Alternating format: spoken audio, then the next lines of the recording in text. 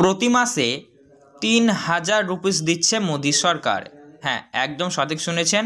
মোদী সরকারের বড় ঘোষণা। শুধুমাত্র আপনাদের কাছে যদি শ্রম কার্ড থেকে থাকে তাহলেই কিন্তু আপনারা এই সুবিধাটি পাবেন। আর এটি কিন্তু আপনাদেরকে প্রতি মাসে মাসেই দেওয়া হবে, ৩,০০০ রুপিস করে দেওয়া হবে। শুধুমাত্র যদি আপনার কাছে শ্রম কার্ড দিয়ে থাকে তাহলে কিন্তু আপনারা এই সুবিধা নিতে পারবেন।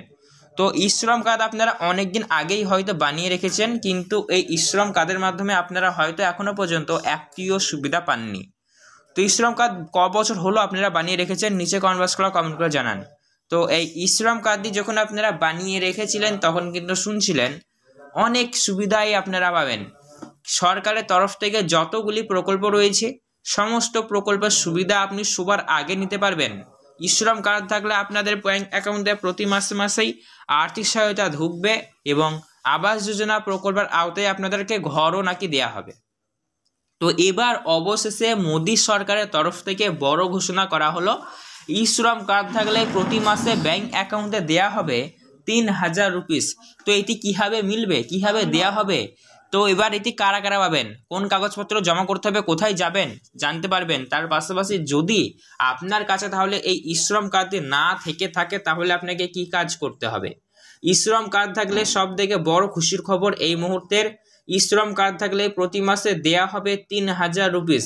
তো যাদের শ্রম কার্ড নাই তারা কি কাজ করবেন, কবে থেকে দেয়া হবে সমস্তটা জানতে পারবেন।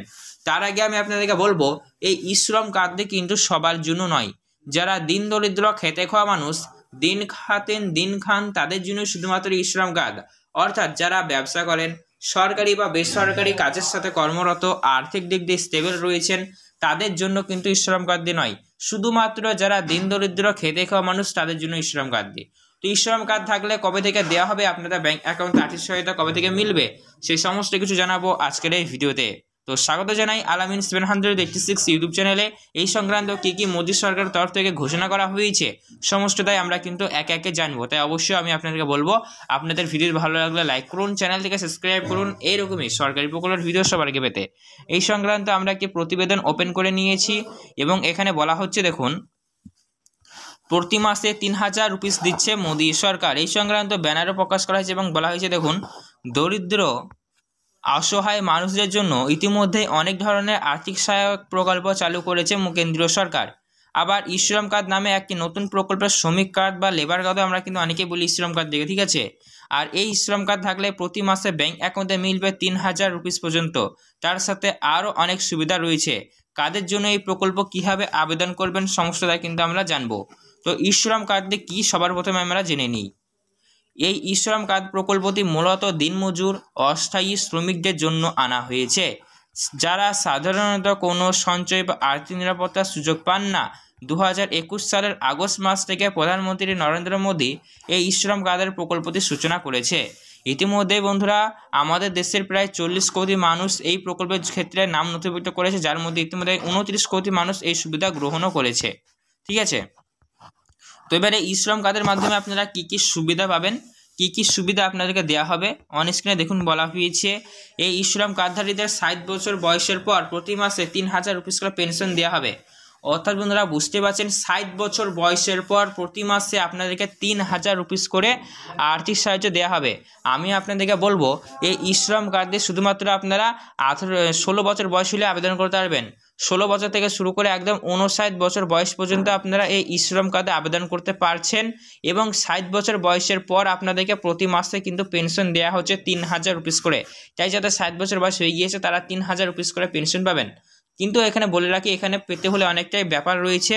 প্রধানমন্ত্রী অটল পেনশন যোজনা বা যে সকল যোজনা প্রকল্পগুলি রয়েছে, বিমা যোজনা, সেখানে অবশ্যই আপনাকে নাম নথিভুক্ত রাখতে হবে। এছাড়া বন্ধুরা কর্মরত অবস্থায় দুর্ঘটনার ক্ষেত্রে 1 লক্ষ রুপিস পর্যন্ত স্বাস্থ্য বিমা পাওয়া যাবে এবং মৃত্যুজনিত বিমা হিসাবে 2 লাখ রুপিস পর্যন্ত আর্থিক সহায়তা মিলবে, ঠিক আছে।